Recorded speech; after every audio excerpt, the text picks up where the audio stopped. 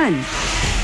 Isang araw matapos almahan ang anyay pag-freeze ng BIR sa kanyang bank accounts, Sarangani Representative Manny Pacquiao ipinakitang US non-resident alien income tax return para sa taong 2008 at 2009.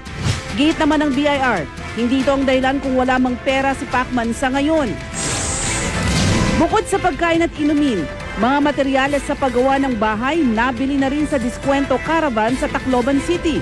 DTI, dumipensa sa punang dapat ibigay na lang ang mga produkto sa mga biktima ng bagyong Yolanda.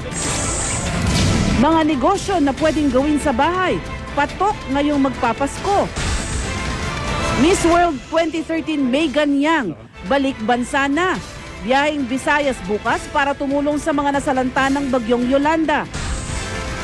Kilalanin ng aktres sa Korean nobelang The Innocent Man na sinentensyang makulong dahil sa paggamit ng parehong drogang pumatay kay Michael Jackson.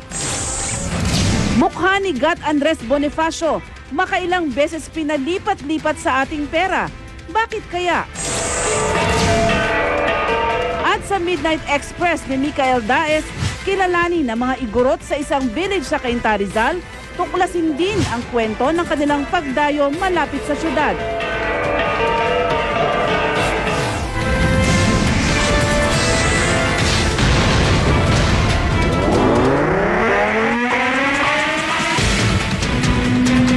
Sa panibagong laban ni Pambansang Kamao Manny Pacquiao, ipinakita ni Pacman ang inihain niyang income tax return sa Amerika para po sa taong 2008 at 2009. Yan ay para patunayang hindi na raw siya dapat singilin pa ng dagdag na buwis dito sa Pilipinas. Sabi naman ng BIR, hindi pa nito natatanggap ang dokumento. Hindi rin daw nito kasalanan kung walang perang magamit ngayon si Pacman. Saksi si Lay Alvin. Maraming mga tao diyang yumaman na katakataka yung kayamanan. Hindi naman nila hinabol. Ako kitang-kita sa pinaghirapan ko, buhay ang ano ko.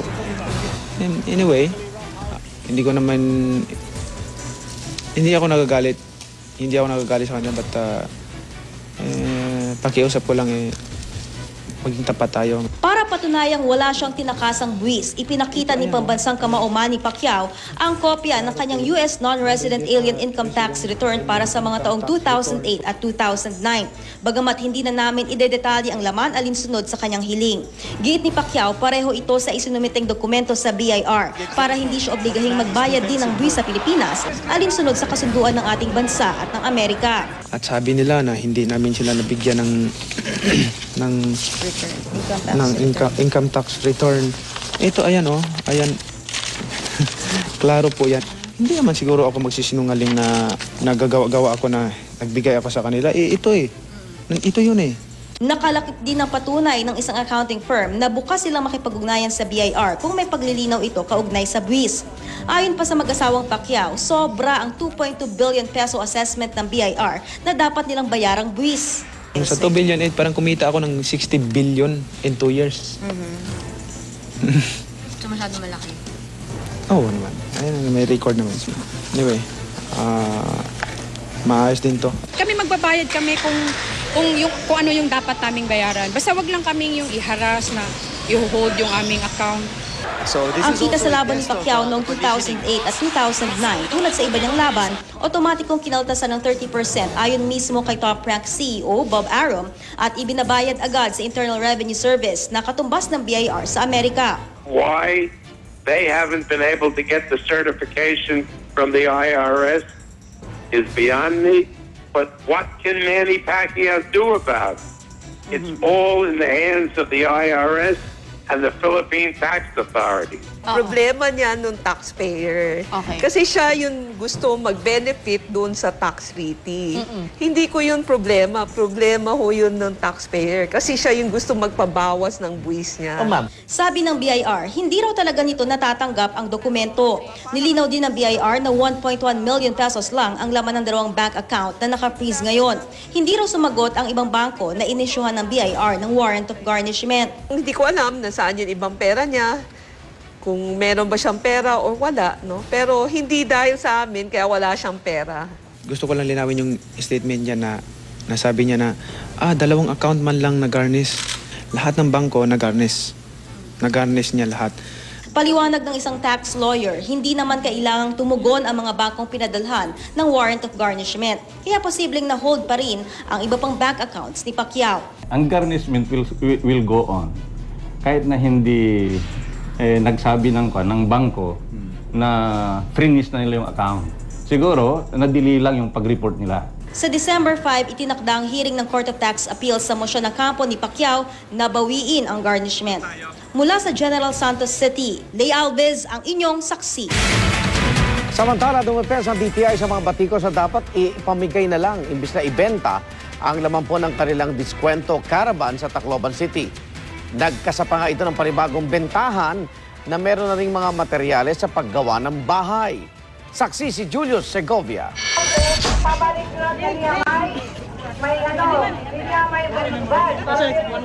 Hindi lang binaha ng batikos online. Nakarating pa sa international news ang DTI Diskwento Caravan noong isang linggo na dinumog ng mga Taclobano na naapektuhan ng bagyong Yolanda. Tanong ng ilan, bakit daw kailangan pa itong ibenta sa mga binagyo, gayong wala na nga silang pantusto sa mga pangangailangan? Sa kabila nito, muling nagkasa ng Diskwento Caravan ang ahensya sa lungsod. Pero sa pagkakataong ito, may nagpapaliwanag na sa mga nakapila. Mga baligyain mga baligyain, di rin relief goods. Amoy ni Reno sa mga investors ni Region 7 or hain ng mga national mga suppliers nga kinipitaran ang DTI Region 7, Cebu. Kindarangan niya ito na Leyte, Tacloban, kay para maka-augment na natin panginahanglan. Sa ikalawang ronda ng Diskwento Caravan dito sa Tacloban City, nilinaw ng DTI ang isyong ipinupukol sa kanila kung bakit imbes daw na ipamigay, ibinebenta pa raw nila ang mga produkto sa mga sinalanta ng bagyo. It's not the Department of Trade and Industry selling these basic commodities. We have hooked, we got the partnership of very big manufacturers who regularly meet with the Secretary of DTI to be able to help us bring these basic commodities to the communities. Bagamat may mga delatang ibinebenta, hindi ito relief. Mas marami rin ang tinapay, gatas, kape at iba pang gamit pampaligo, gaya ng shampoo, sabon at toothpaste. Nauunawaan naman sila ng ilang nakipila. Hindi advisable na libre. Dapat bibilin din kasi may puhunan din yan eh. Mas okay to kasi yung price niya tulad ng dati. Mura? Bakit meron po bang iba doon na mahal ang bentahan? Mga magkano nanay? Halimbawa, kunyari, kung bibili ka yung katol doon, 40. Isang kahon? Yung dito, 15 lang. We assure the public that the locals should be compliant with the price freeze here in Tacloban and the neighboring towns. Bukod sa basic goods, may ibinebenta ring materyales sa paggawa ng bahay gaya ng yero na kailangan ngayon sa lugar lalo't nag-aayos ang marami ng bahay at wala pang bukas na hardware. Meron ding bumbilyang pwedeng ikabit sa baterya ng sasakyan para umilaw. Hanggang 50% mas mura raw ito kumpara sa mga hardware. Ilan pang restaurant ang nagbukas naman kahit pakakaunti pa rin ang mga empleyadong pumapasok. Ang restaurant na ito na mahigit 1 milyong piso ang halaga ng pinsala nang hiram muna ng generator. Kailangan talaga magbukas ako dahil nakikita ko ang tao walang makain. Saka yung mga tao ko rin, wala rin silang makain, walang trabaho. Sabi ko, kailangan kumita rin sila. Handa naman daw ang DTI na tumulong sa mga biktima ng bagyong gustong magsimula ng maliit na negosyo. Mula rito sa Tacloban, ako si Julio Segovia, ang inyong saksi.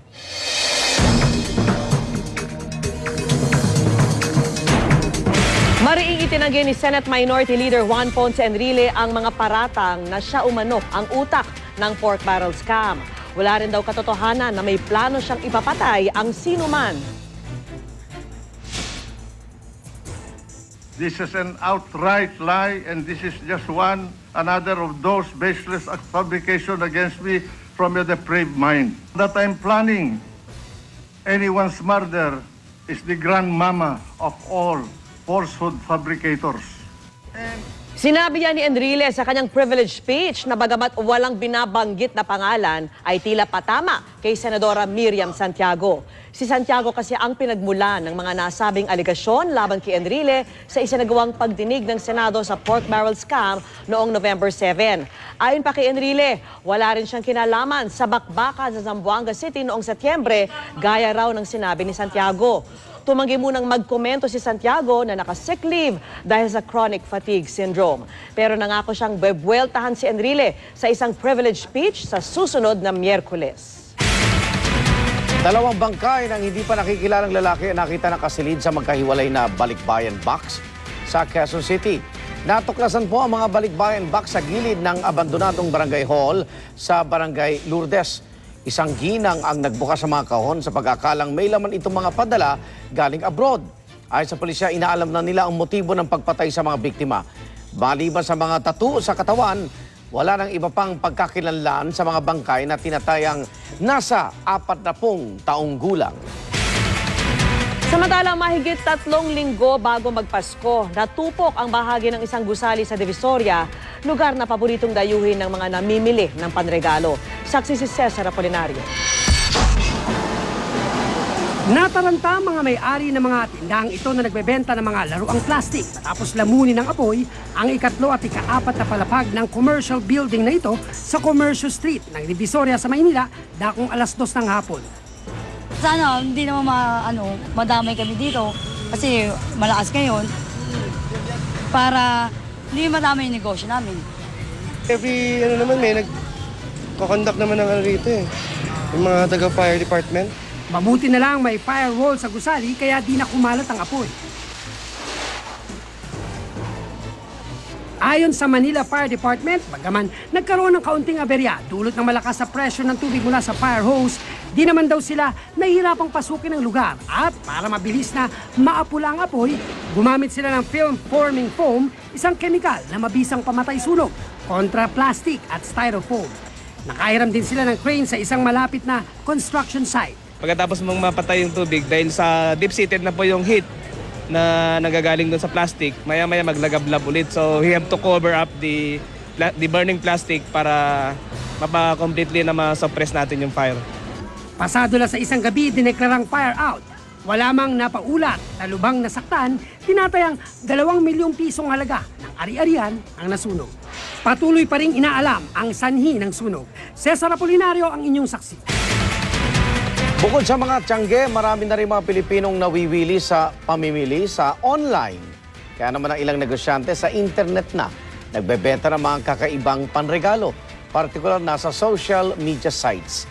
Saksi si Teresa Andrada.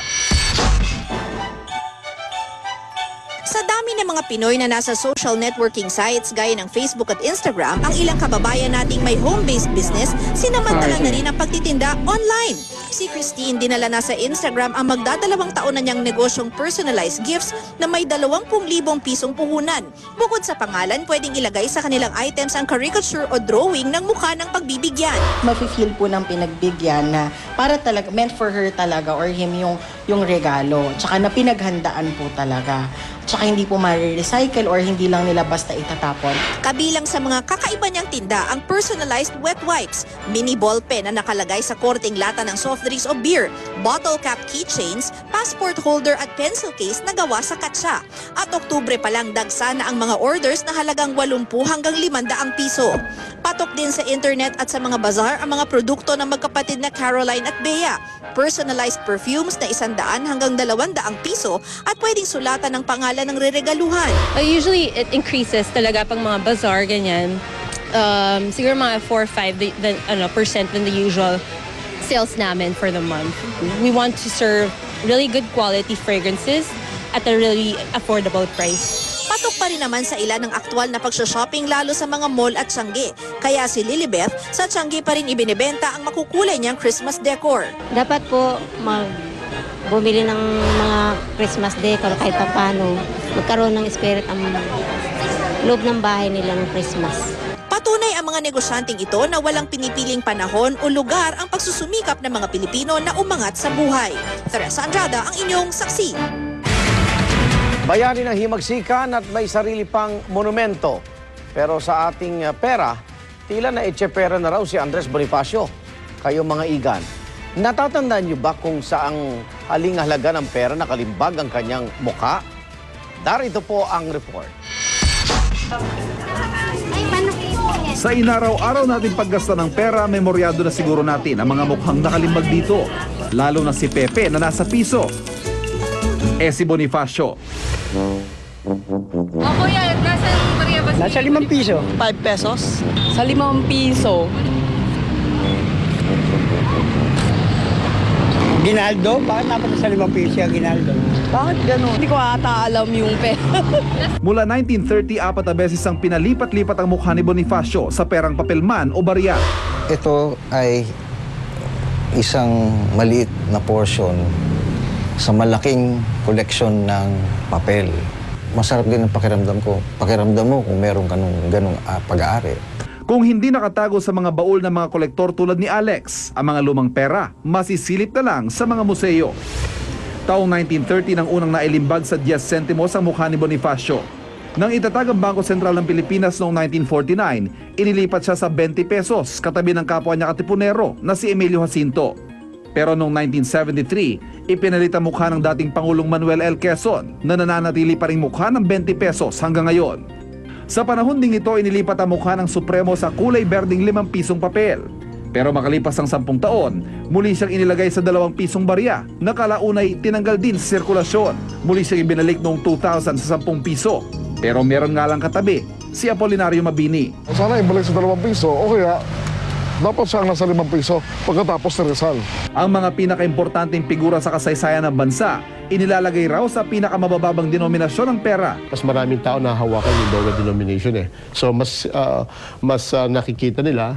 Pero tingin ng ilang historian tila initsipwera si Gat Andres. Ito po ay salamin ng malungkot na katotohanan na walang iisang tindig o hindi malinaw yung pagpapahalaga ng mga nakaraang administrasyon kay Bonifacio. The fact na hindi naman siya inalis, the fact na nandoon pa rin siya, ibig sabihin nun, mahalaga. Hindi rin maiiwasang maging issue na ang pumalit sa Supremo sa 5 piso ang kanyang kalaban sa politika na si General Emilio Aguinaldo. Hindi pwedeng mauna si Aguinaldo kay Bonifacio kahit doon mismo sa kahalagahan na may katipunan muna bago yung revolutionary government ni Aguinaldo. Ang mga pangyayaring ito salamin na nga siguro ng hindi pagkakasundo sa sarili nating kasaysayan. Nakalulungkot lang isipin na ang biktima pa ng pagkakaiba-iba ng mga opinyon, mismong ama ng himagsikan na bayani noon hanggang ngayon. Ako si Ivan Mayrina, ang inyong saksi. Saksihan mamaya. Ang patuloy na kilos protesta sa Thailand kontra po sa kanilang Prime Minister.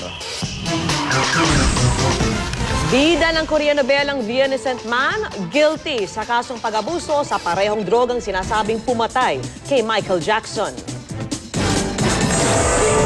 Sulyapan po natin ang mga ritual ng mga igorot na piniling tumira sa Cainta, Rizal. Huwag bibitiw! Sama-sama pa rin tayo magiging saksi.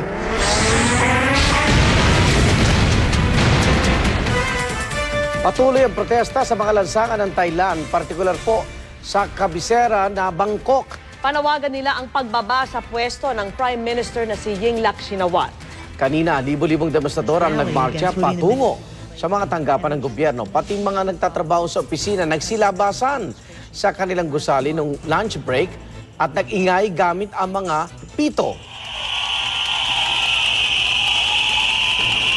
Yingluck's administration. Nagsimula ang mga protesta ng tangkain ng administrasyon ni Prime Minister Shinawatra na magpasa ng amnesty bill na layon umanong iligtas ang kanyang kapatid na si dating Prime Minister Thaksin Shinawatra.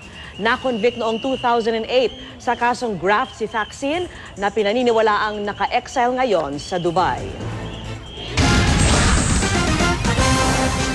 Tatlong Korean actress ang nahatulang guilty sa drug abuse case. Kabilang sa kanilang bida ng Koreano novela na The Innocent Man. Umabuso umano si Park Ji-yeon na gumanap sa papel na Janelle Han sa paggamit ng propofol simula noong taong 2011. Sinentensyahan din ng 8 buwang pagkakabilanggo sina Lee Sung-yeon at Jang Ma-yine. Gate po ng tatlo, gumamit lang sila ng propofol dahil sa plastic surgery treatments at para maibsan ang sakit na dulot ng matinding pagtatrabaho. Ang propofol ang sinasabing pumatay sa King of Pop na si Michael Jackson. Balik bansa na si Miss World 2013 Megan Yang upang maghatid ng tulong sa ating mga kababayang sinalanta ng Bagyong Yolanda. Ilang international recording artists naman ang pumayag na magamit ang kanilang kanta sa isang digital album para rin mangalap ng pondo. Saksi si Aubrey Carampel.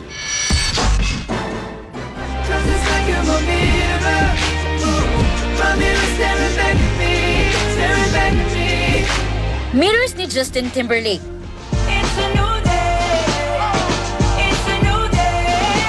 New Day ni Alicia Keys. I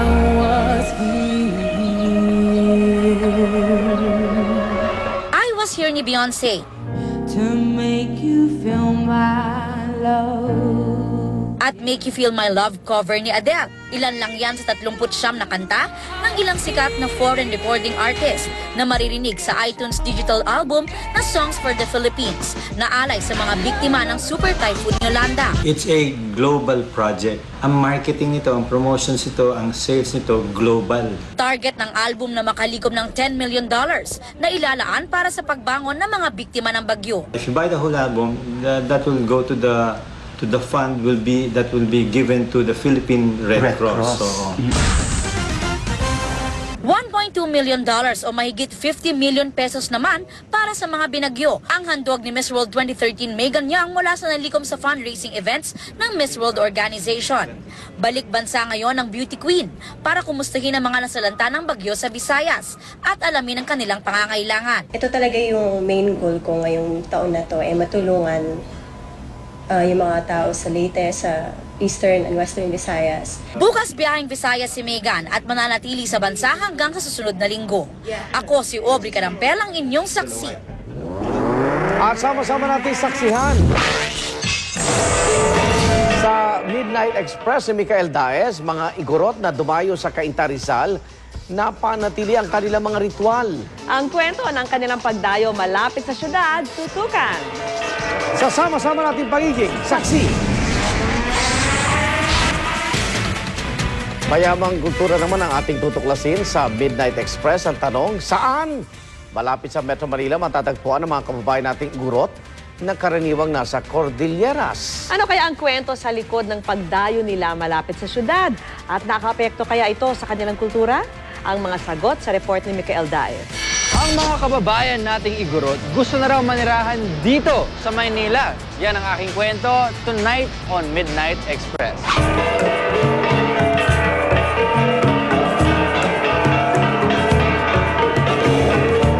Napunta kami dito dahil sa hanap buhay. Ang araw ang nabalita yung mga unang nakasama namin na hilig sa riprap. Dito kami napunta pero meron pang mga nauna nagtatrabaho dito sa mga kumpanya sa mga paligid. Dekada 70 nang dumami ang mga igorot sa village na ito sa Cainta. Pero 1950s pa lang daw lumuluwas na ang ibang miyembro ng tribo, ang Kangkanay Western Bontoc Tribe, para makipagsapalaran sa Maynila. Ngayon, umaabot na sa 98 families at mahigit 500 na igorot ang nakatira dito. Pero dahil mahalaga sa kanilang kultura at pinanggalingan, hindi pa rin nila nakakalimutan ang kanilang mga nakasanayan.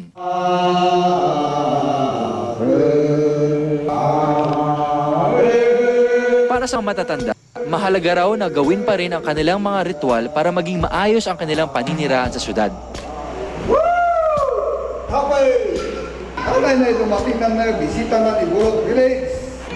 Naniniwala sila na kapag dinasalan nila ang itlog at kinain ito, mawawala ang iyong pag-aalala sa mga kamag-anak na may sakit o nasa malayong lugar. Liplipit ang tawag nila dito. Ginagawa pa rin nila ang buyag. Ito ay ang pagbulong o pagdarasal para itaboy ang masasamang espiritu. Sound trip naman ng 2 araw ang kanilang paboritong gawin kung may ikakasal. Para daw swertihin at maging masagana ang buhay ng mag-asawa, bayas ang tawag nila rito. At syempre, hindi mawawala ang pagtawag nila kay Kabunyan, ang kanilang bathala para basbasan ng alak na iinumin. Saka ito ipapatak sa sahig. Magiging mabuti raw ito sa katawan ng sino mang iinom nito. Kahit wala na sa kanilang tinubuang lupa ang ating mga kababayang igorot, sigurado tayo na buhay pa rin ang kanilang nakagisnang tradisyon. Ako po si Micael Daez. This is Midnight Express. See you. Kung nasa ng balita, ikaw tangdigan ng katotohanan magkasama sa pagbabalitang walang kinikilingan. Walang pinoprotektahan, walang kasinungalingan, serbisyong totoo pa lamang. Susunod na ang Born to be Wild. At ako po si Vicky Morales. Ako naman, Arnold Glove, yung mga igan, 28 araw na lang. Pasko na. Hanggang bukas, sama-sama tayong magiging saksi.